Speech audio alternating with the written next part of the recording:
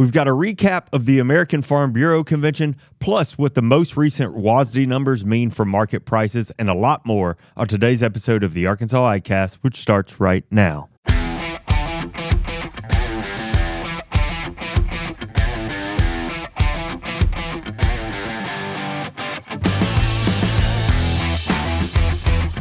You're listening to the Arkansas AgCast, where we discuss the latest news, trends, and issues impacting Arkansas farmers and ranchers. Our show is brought to you by the Arkansas Farm Bureau Federation and hosted by Jason Brown and John Nickman. Howdy, hello. Hello. How are we? Good. Check 1, check 2. Is this thing on? I think mine's working. Yeah? I can hear myself. Can you hear me? I can hear you. Okay. I can hear you loud and clear, buddy. And man, how sweet that voice is to my ears. Okay. Is that more awkward than our handshake? I appreciate that. Week? That might be a step up. That might be a step up. It's just you have those velvety tones. It continues. That really Climb the ladder. Just soothing. I would argue you guys get a little more awkward each episode. Good. It's a new year. It's a new year. Yeah, we have to outdo ourselves from year to very year. true. Right? That's right. Yeah. That's right. I think that's the theme for this year. How weird can we get? How weird. weird The show's can we naturally get? weird, right? Yeah, So, you've hung out with us. You know how weird we get. Man, it's good to see y'all. It was wintertime when I woke up this morning. it's cold. It was in the 20s. I was thinking, I guess I should have looked at the weather. I didn't leave a single faucet dripping in my house. I didn't either. The truck said 29 this morning, but I got in it. Alexa at my house, sorry if you're listening to this in your house and I just made her speak up, but said it's 22, I think. Really? When I got up. Yeah. Something like that. What time did you get up? About 6. 6. Yeah. Anyway, it's cold. Winter's back. They say it's going to get colder this weekend. I'm pretty excited. I think I've had one fire in my fireplace all year, so I haven't had one yet. definitely plan on doing that this weekend. Hot take. As much as I love the cold weather, You have been asking for this. I have. But where's the snow?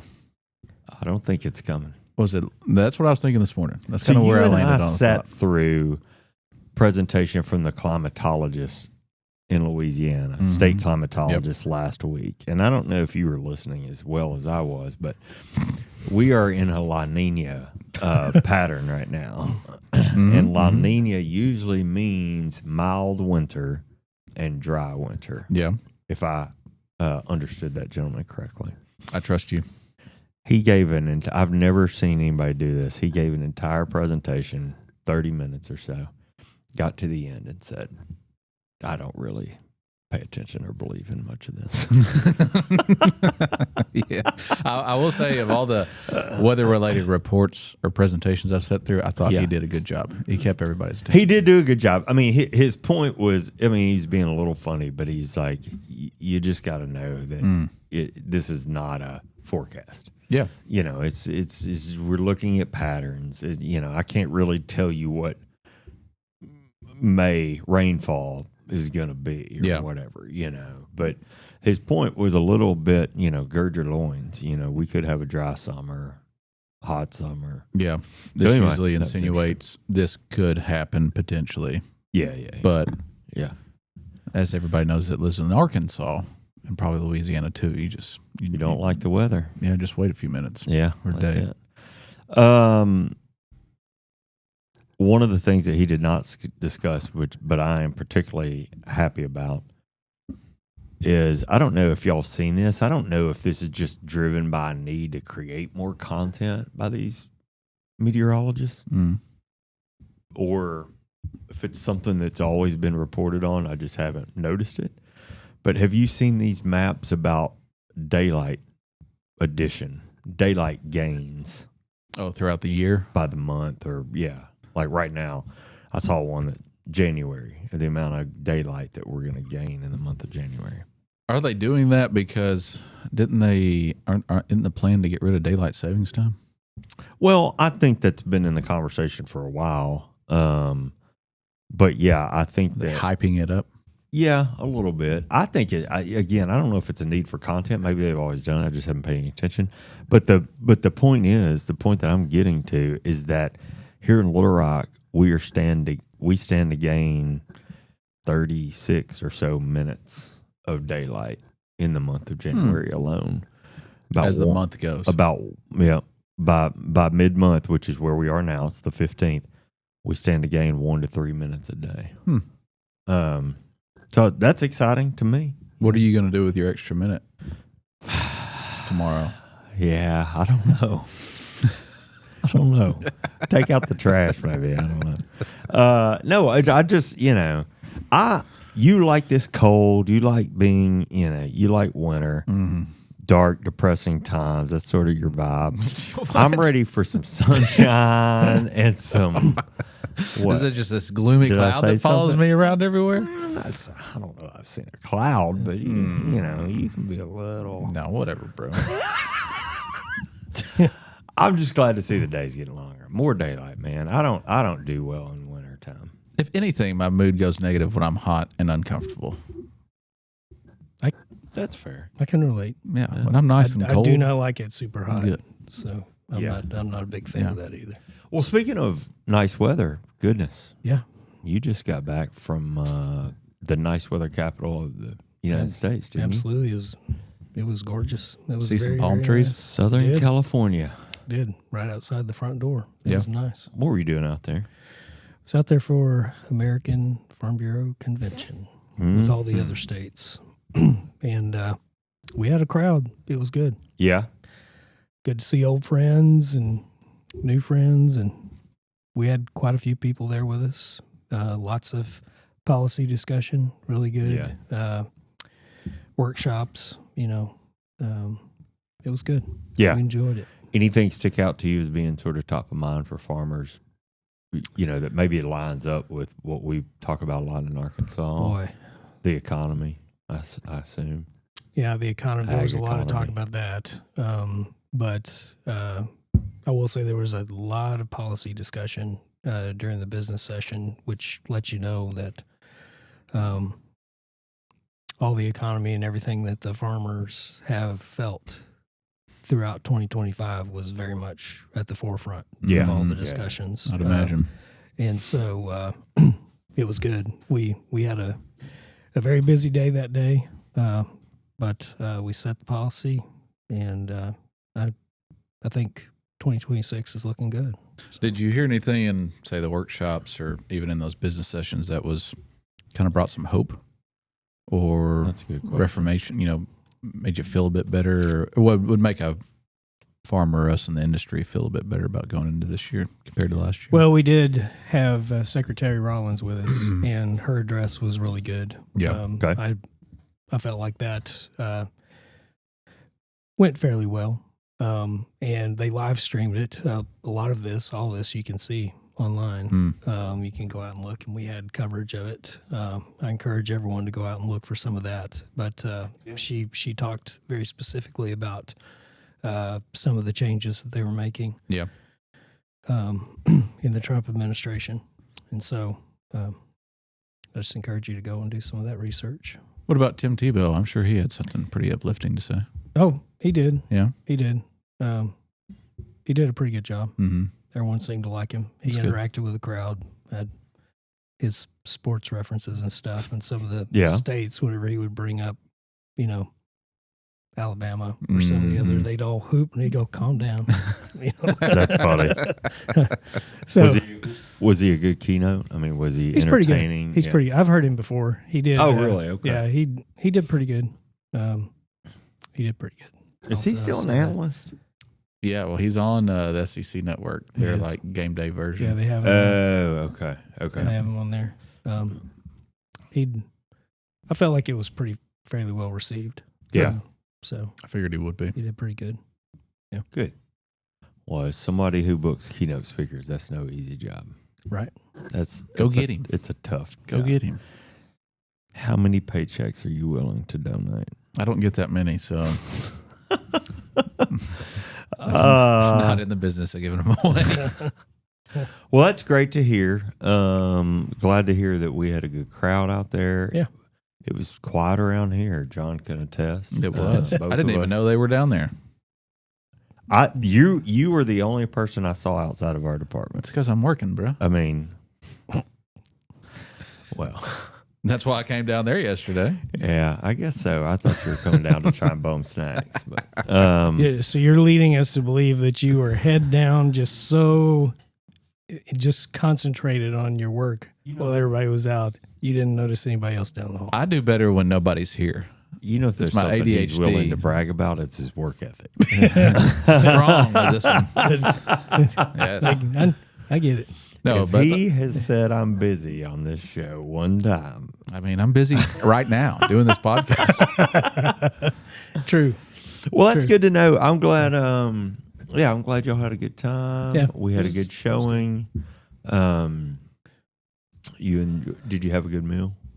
Yeah, Yeah. I did. Okay. Did you have any sushi?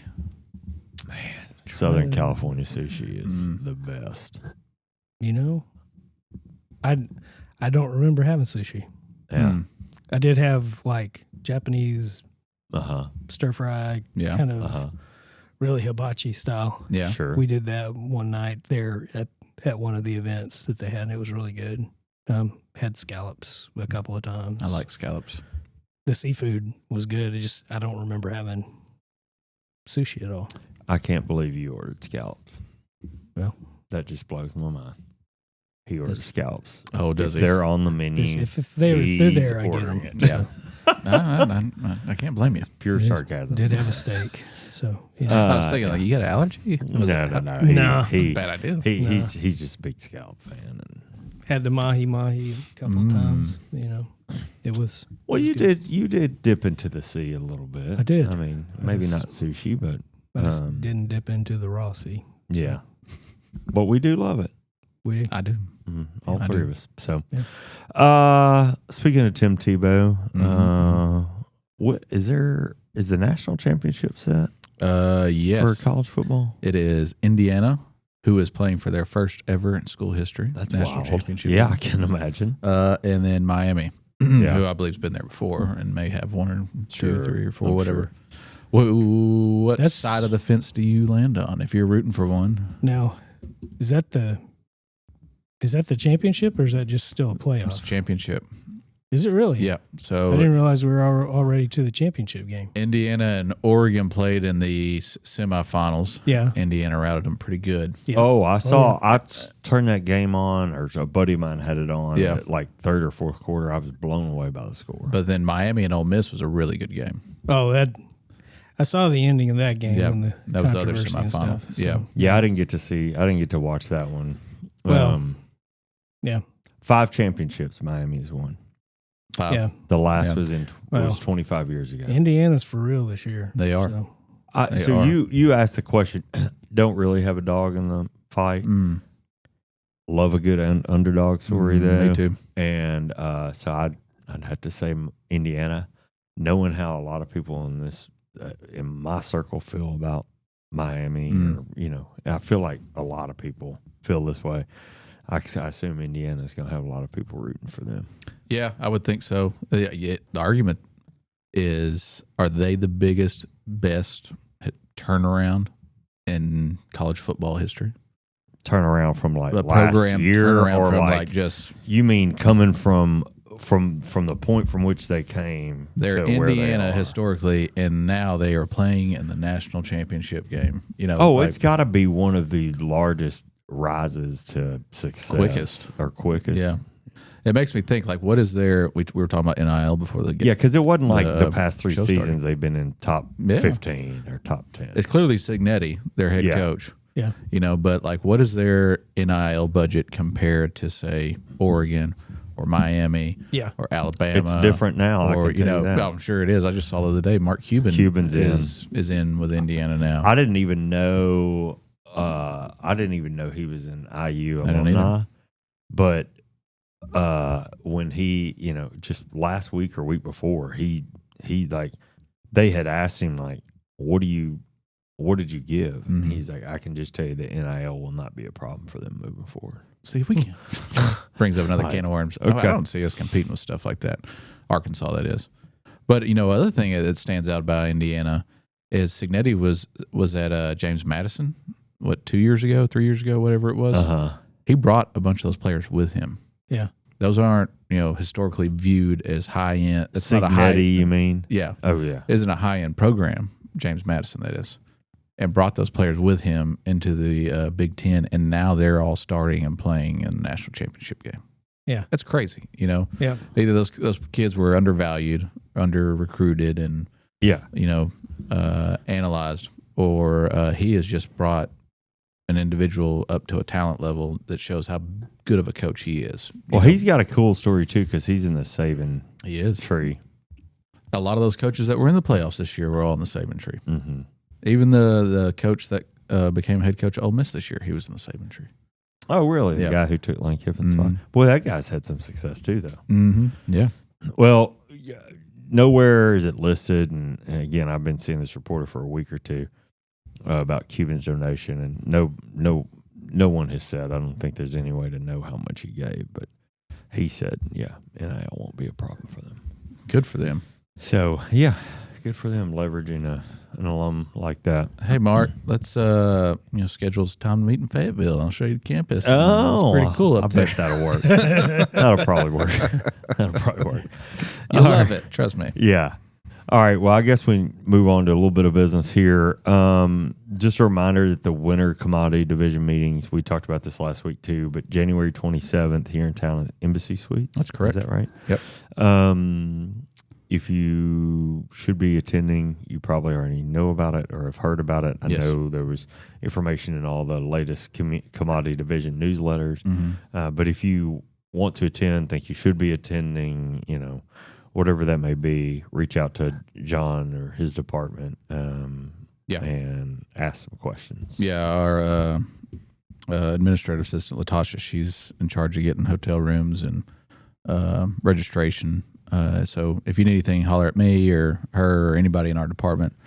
Registration on site starts at, I think, 8 or 8:30.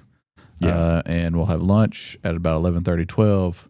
And then we'll have more meetings in the afternoon. We'll probably end somewhere around 3 or 4 o'clock. And we know there's a surprise keynote. Yes. Thanks to last week's episode. Yep. It's a surprise. Still a surprise, it seems. It's not me, so you don't have to worry about that. Okay. Well, good. That would be a surprise. Yeah. Trust me, it would be a big surprise to me, too. All right. Well, good deal. And then I think Y&R conference registration is open still. I do know that I saw a graphic this week that announced that it was closing. So if you have not registered for the Y&R conference, I would suggest you go ahead and do that as soon as possible. Yep. Because it seems like maybe that window will not be open that much longer. That conference is over Valentine's weekend. Going to have a great keynote there too. I do know who that is. I don't know that I can tell you yet, but It's a surprise. it is a surprise, but because it should be a surprise, not because I don't know who it is. What? Remember last week I asked you who the keynote. I know, and I said it's a surprise. Yeah, Just leave it there. Okay. Yes. So anyway, I think you'll be happy if you're attending that event with who the keynote is. So,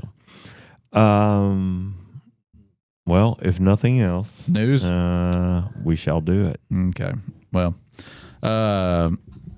we already spoke a little bit about the AFBF convention, but delegates gathered this week at the American Farm Bureau Federation's 107th convention. Can you believe it's 107 No. years? Did you go to the first one? No? I was trying to think of a smart aleck reply, but no. Anyways. I wasn't there. Like I said, the 107th convention to set the organization's policy priorities for the year ahead. The discussions reflected the mounting pressures farmers and ranchers are facing in the areas where they want Farm Bureau focused in 2026. So farmer and rancher delegates adopted a wide range of policies covering labor, animal health, risk management, and market access. Nearly 99% of voting delegates identified as family farmers, with more than 2/3 representing small to mid-size operations under USDA definitions. That makeup reinforced a consistent theme throughout the session. Producers of all sizes and from every region are dealing with high input costs, trade challenges, and low commodity prices. On policy specifically, delegates backed changes to farm labor programs, including support for the updated adverse effect wage rate methodology, and further efforts to reduce volatility and future wage adjustments. They also supported increased federal investment in research and biosecurity to combat crop and livestock diseases, with specific emphasis on regarding the New World screwworm and keeping the U.S.-Mexico border closed to cattle trade until the threat is contained. Additional revisions were adopted to strengthen protections for dairy farmers facing market-related losses. So, continuing on, delegates also approved policies encouraging the use of locally grown foods, such as fruits, vegetables, grains, and proteins, in schools and government facilities. They directed Farm Bureau leadership to further study the impacts of tariffs and the lack of affordable insurance options for poultry producers. This signaled continued concern about risk management gaps in certain sectors. But beyond policy, Farm Bureau members unanimously reelected President Zippy Duvall and Vice President Scott Vanderwall to new 2-year terms. Delegates also elected regional representatives to the board of directors and national program committees, rounding out leadership for the coming year. With strong attendance and participation at the 2026 convention, Farm Bureau leaders said planning is already underway for the 2027 convention scheduled for January in, can you guess? No. No. Orlando. Kind of close, regionally, I guess. Charlotte, North Carolina. Charlotte. Okay. I've only flown through Charlotte. Charlotte's a fun town. Never stopped there. Yeah, it's a good town. Yeah. Oh, It's a good place. We flew into there last summer to drive down to Columbia and watch some football. Yeah. Good place. All right. Well, sounds like a productive, as Brian told us, sounds like a productive convention. And it covered I would say, main topic issues right now, for sure. Yeah, it sounds like it. Absolutely. And first mention a New World screwworm on this show of 2026, which is kind of surprised it took us 2 weeks to get there. I was going to say in the middle of that, something that we've talked about significantly here. Yeah. So, all right. Well, following the government shutdown from the fall, we received the first WASDE report of 2026 last week. And let's just say there was some surprises in what is usually a sort of quiet report. USDA's January WASDE report showed even larger corn supplies than the market anticipated. Corn production for 25 and 26 was pegged at a record 17 billion bushels, up nearly 270 million bushels from last month's estimate. This was driven by a record yield and harvested acreage. While total use was also raised, supplies outpaced demand and stocks-to-use ratios climbed, leading to lower futures prices as traders adjusted to the heavier carryout. Soybeans also saw bearish revisions, although yields remained at record levels. Boosted harvested acreage and higher beginning stocks lifted those total production numbers. On top of all that, USDA lowered export use forecasts, pushing soybean ending stocks higher and leading to a drop in March soybean futures.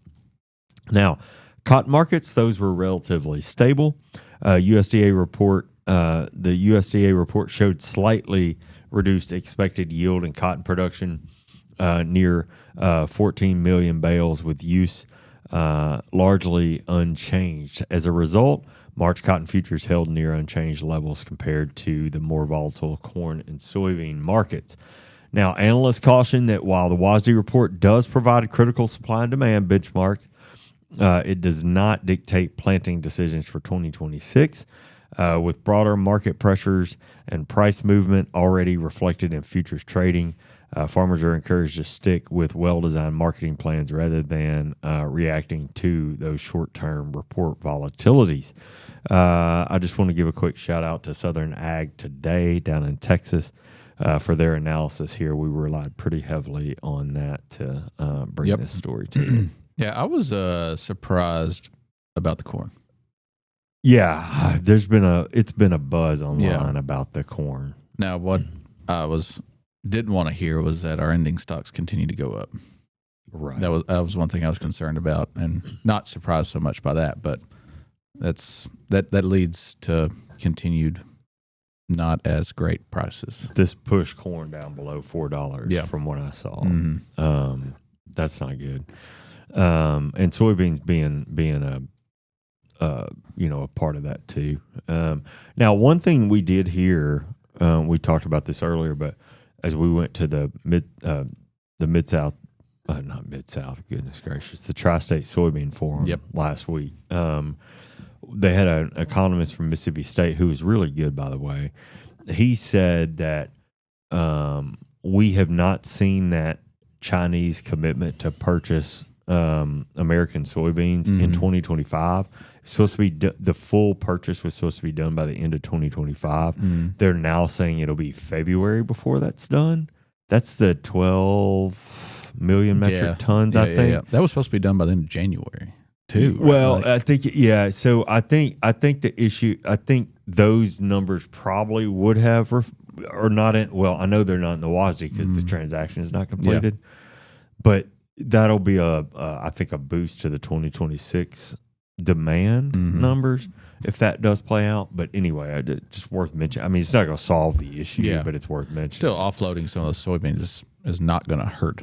That's right. That's right. But I'm also, another concern is like, if it hadn't happened yet, are we going to see like Trump's last term when China supposedly made this big commitment and they had this big agreement and they didn't follow through with it then either? Yeah.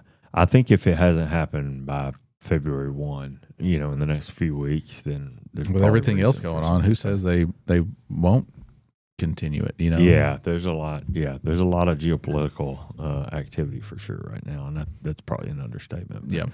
All right. Well, listen. Let's step away from the news to hear about the Farm Bureau health plans of Arkansas. Yep. I was born and raised with Farm Bureau. My mom and dad always chose Farm Bureau as their insurance. I don't get insurance coverage through my work, and I'm always looking for the best coverage at the best rates. My agent told me about this great new health plan. I would be saving hundreds of dollars a month. I talked with my Farm Bureau agent, and she got me enrolled. I was already very established in my small town community with the clinic and hospital and chiropractor that I'm used to using. And sure enough, everyone that I've already been established with takes it, and it's been great coverage. My copays have been lower. It has proven to be very good for us. Farm Bureau Health Plans of Arkansas. Trusted coverage, personalized plans, affordable premiums. Contact a local agent today. All right. USDA has finalized major updates to its farm safety net programs, but the headline for producers today is the delay in sign-up. We've talked about reference prices quite a bit, probably since the One Big Beautiful Bill. I'm going to go through a little bit of that, just a reminder. But enrollment for ARC and PLC will not begin until well after planting season this year. So by pushing key decisions deeper into the 2026 crop year, it's uncertain if this is going to create near-term uncertainty for farmers planning ahead. Yeah. According to AgriPulse, the final rule implements changes to the agricultural risk coverage (ARC) and price loss coverage which is (PLC), and also the dairy margin coverage (DMC) programs required under the One Big Beautiful Bill Act. While annual sign-up for DMC will begin on schedule, Undersecretary Richard Fordyce said there is no firm timetable yet for ARC and PLC enrollment. USDA's goal, he said, is to ensure the sign-up window is fair and does not put any producer at risk, even if it opens much later than in a typical year. The delay is being driven largely by workload pressures at Farm Service Agency offices and the complexity of rolling out the new provisions. USDA also intends for producers to know their actual 2026 production and yields before choosing between ARC and PLC, rather than forcing elections with incomplete information. That approach could significantly push enrollment back, but it gives producers more clarity when deciding which program best fits their operation. While timing remains the biggest question, the program changes themselves are significant. Statutory reference prices are increased for all major program crops through the 2030 crop year, starting with corn, which rises from $3.70 to $4.10 per bushel, soybeans from $8.40 to $10, and wheat from $5.50 to $6.35. Beginning with the 2031 crop year, those reference prices will automatically increase by 0.5% per year, providing built-in adjustments over time. For the 25-26 crop year, USDA will also pay producers the higher of ARC or PLC benefits, with total payments projected at $13.5 billion. Adding to the uncertainty is the timeline for enrolling up to 30 million new base acres tied to planting history from 2019 to 2023. USDA has not set a schedule for that process and must first establish a prorated formula to determine eligibility. Together, delayed sign-up periods for ARC, PLC, and additional base acres highlight that while the policy framework is now finalized, much of that real-world impact will depend on when USDA is able to open enrollment and also how smoothly implementation proceeds. So depending on how quickly they adjust at those FSA offices to the new workload, and it makes you kind of think and point to one direction of some of those layoffs being could be a reason why some of this has taken so long. Now, I'm sure changing everything and trying to learn something new and implement all that is going to take time, whether you've got 100% employment or not. Well, these offices were closed for 2 months. That too. The government shutdown. I mean, so not 2 months, but over a month. Yeah. So I'm sure that plays into it too. Well, hopefully that can get worked out. Yeah. When we hear more, we'll of course report back. Of course. All right, I'm going to bring something a little bit different today. You and I talked about this earlier this week, but instead of a straight up news story, I found a recap of sort of an outlook story on farm progress, and I thought it'd be interesting to take a forward look at tech trends for farms in 2026. We may try and do some of this stuff. Y'all let us know if it's something that's helpful or if you want us to just stick straight to the news. But all right, so let's take a look at tools and innovations farmers are exploring to improve efficiency, precision, and profitability in 2026. I think we all know that technology continues to play a growing role on farms of all sizes. The key to success here is finding the right tools that fit your farm's needs and goals. And maybe this segment will help you do that. We'll start with drones. Drones remain one of the most visible but versatile tools on the farm. These unmanned aerial vehicles can help farmers monitor crop health, scout fields, even scout livestock like cattle, or apply crop protection products with precision, like any kind of input application like that, which at the end of the day potentially saves time and dollars. In addition to drones, robotic systems are gaining traction. Spray robots and ground-based machines can work below a crop canopy where drones are less effective. And that makes these complementary to these sort of air-based technologies for targeted applications, especially when you're looking at orchards or specialty crops. One that we're hearing a lot about, too, is software tools.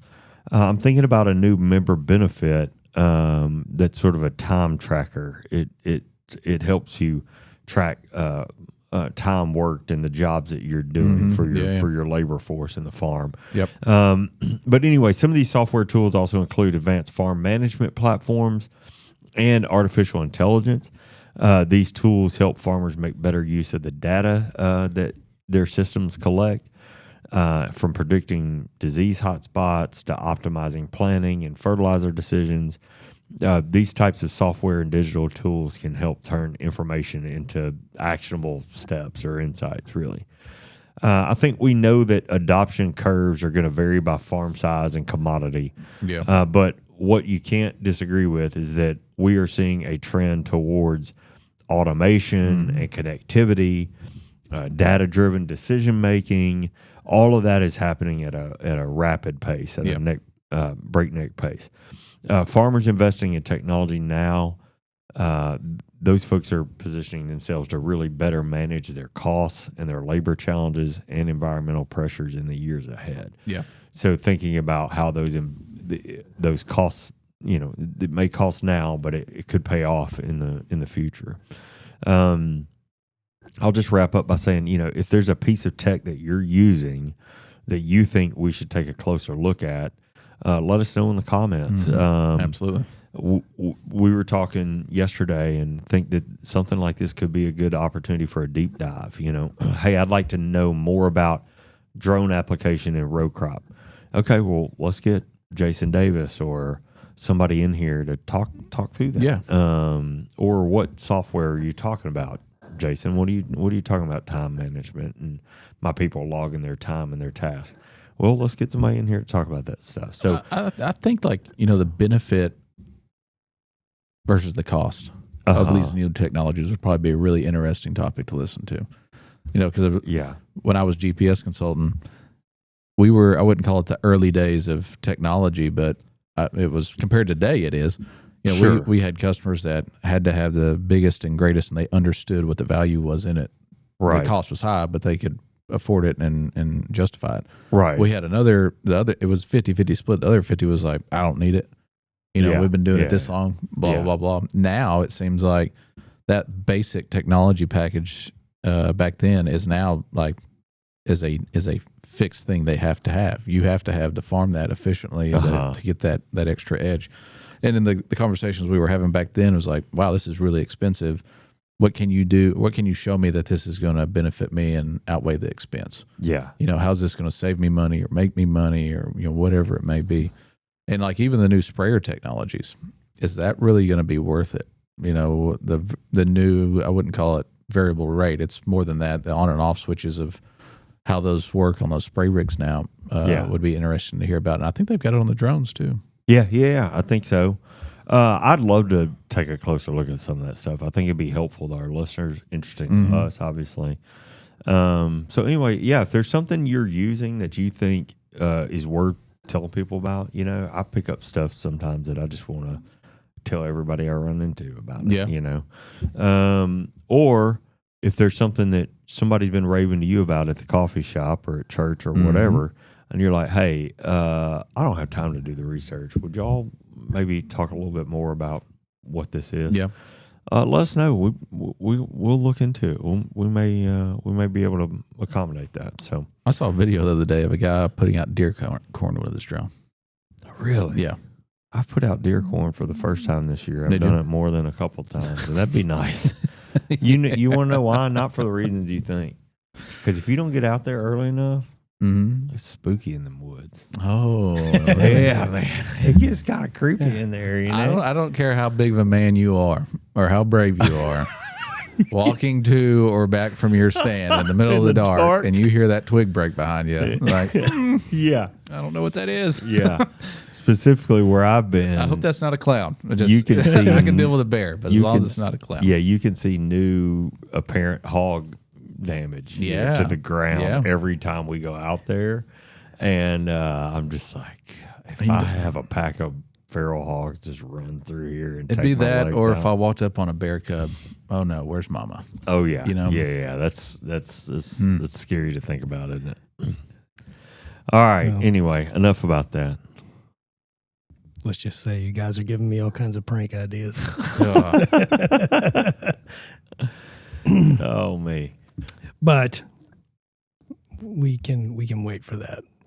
I'll start to. Just don't scare me in the dark when I've got Tony Baloney with me. He doesn't need to see I would that. not do that. I would Jump not and do yell that, so for sure. high pitched. I don't need to deal with him crying in the woods. That's funny. That's funny. All right. Yeah, so I won't do that, but I will. See how he did that? You know what? I used to want to argue with you, but now I just say, yeah, probably will, based on how we've been performing the past several months. Yeah, the data is not on our side. No, it's not. We'd be repeating this grade. Just confirming. Yeah. All right. Well, let's jump into it then. I think I went first last time. Okay. He's trying to. He's trying to get out of it just a little bit. He is. But, I see what he's doing. Procrastination. yeah. You guys made comments last time whether or not I tried to change my voice when I said Yeah. the title we and did. stuff. I don't think I do. Okay. But I can. I want to test it real quick just to okay. see, just for fun before we start. I like this. Okay. Stump the host. Was that Did effort? Was that where you that is just me trying to- straight. That's straight. Okay. Now I'm going to change my voice and Okay. see what happens Okay. here, just for All fun. right. I'm okay? going to close my eyes. Oh, that's tough. I think I heard a little bit of difference. I'm not real sure. Yeah. I don't know if there's much difference in there or not. Maybe Well- try a little harder. Ooh, yeah. The funnest That's part is funny. watching John's face. So It brings him the same amount of joy every Okay. time. All right. So let me get on here and look. Okay. All right. So I pretty much have full board again. Okay. So you guys can choose. I'm going to go with general. General. I haven't done that. It's very All right. broad. It subject. is, isn't it? Which newspaper has the slogan, "Democracy dies in darkness"? The Washington Times. Very close. Washington Times. The New York Post. Wall Street Journal, I mean. You're moving away from it. What'd you say, Washington John? Post. The New York Post. Washington Post. Man, you guys are all over it. But Boston It's or not the New Philadelphia. York Times. it's Is the it? Washington Post. Washington Post. I thought that's what I said. You said the Washington Washington Times. I meant Washington Post. And I wanted to give it to you. Yeah, I meant Washington Time. Washington Post. You could see. I'll give you a half point. Yeah, I knew what it was. Half point. That question was tailored for me. It was not for me. Okay. Yeah. Science. I knew what it Science. Yeah. Wow. Science, he says with a smile. Wow. I'm Excited. going to get it wrong. Might as well. Yeah, learn you something. are. Yeah, you are. Cavendish is the most popular variety of what fruit? Cavendish, a variety of fruit. Melon.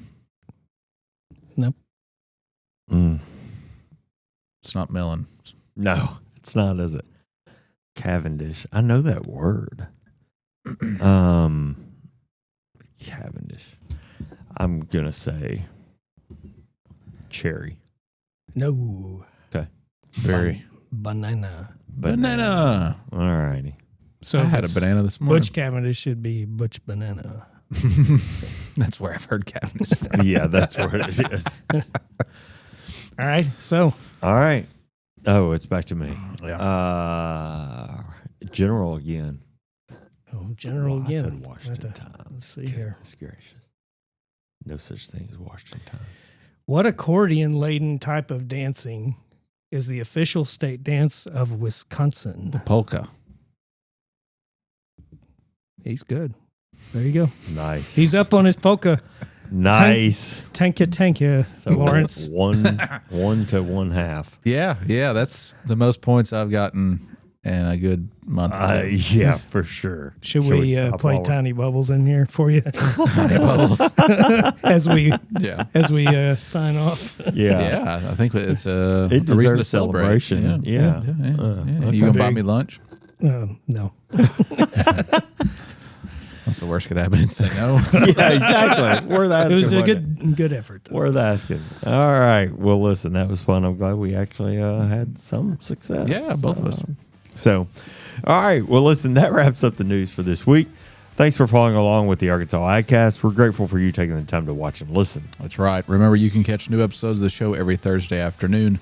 Find video episodes on Facebook and YouTube, and you can listen to the audio version wherever you listen to podcasts. Make sure to subscribe and leave us a review when you have a few extra minutes. The Arkansas AgCast is brought to you by the Arkansas Farm Bureau. I'm Jason Brown, And I'm John McMahon. and we will see you next week.